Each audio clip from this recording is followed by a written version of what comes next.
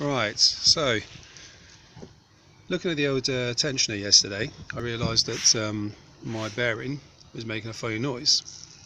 It was all dry and a bit scrunchy. So they have these little brown covers on, as you can see there. And what I've done is I've prized the covers off by using a little screwdriver, kind of put it up there on the inside there, and kind of work your way around, little tiny screwdriver, and it comes, and they do come out, which then reveals all the bearings. So I move my thing around, as you can see, all the bearings there. Now these were earlier were all brown and rusty and not looking very nice at all. So I'll give them a good clean. I'll spray some WD-40 in there, and I've given them a really good sort of wipe out and turned them around and around and around until it all comes out. So they're looking a little bit more shiny now. So the plan now is to grease these all up and see if it works, because this part here cost nearly £120, and to trade I think it was 110, and it's a bit silly if this is absolutely fine, which is the actual tensioner itself, when it's just a pulley that we need. Now, since I've done this, I've actually researched on the internet, and on eBay you can get this pulley all by itself for about 11 quid.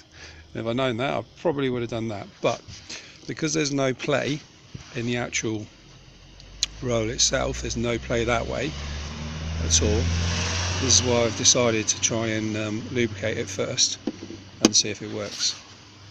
I shall let you know with the results later.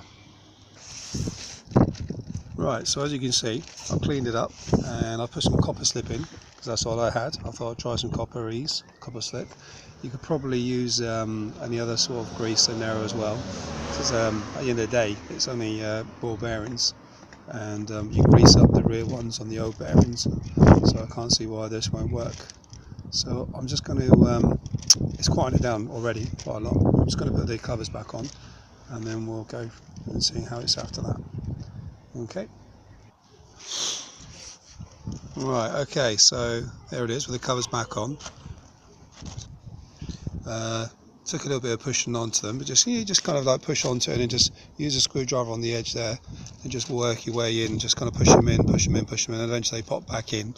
And I just used a little back of a screwdriver there, just the very back edge of it, just to push it on the edge there, just make sure it's in.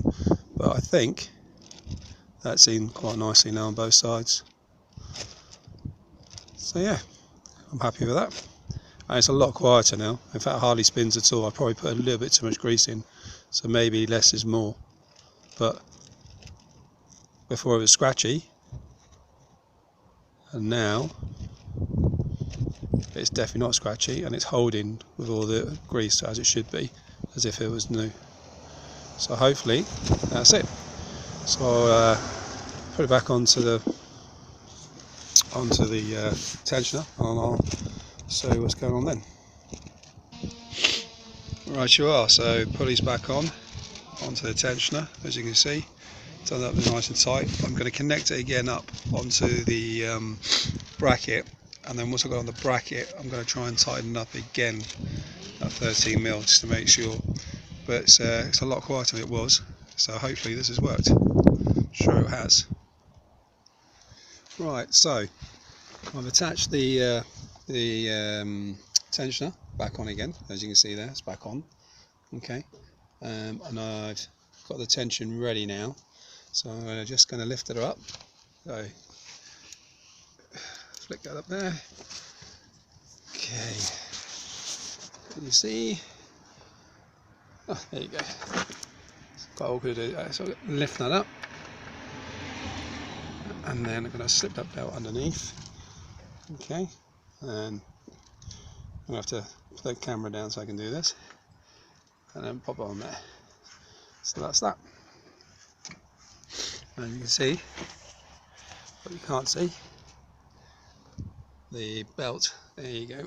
The belt is now back on, and it's aligned, and everything's honky-dory. Brilliant. Going to do up the EGR things now. Put the two bolts back into here. The do the EGR up there, onto there, and then that should be that. Lovely. Right, so as you can see, we're all pretty much back together now. Things are all done up.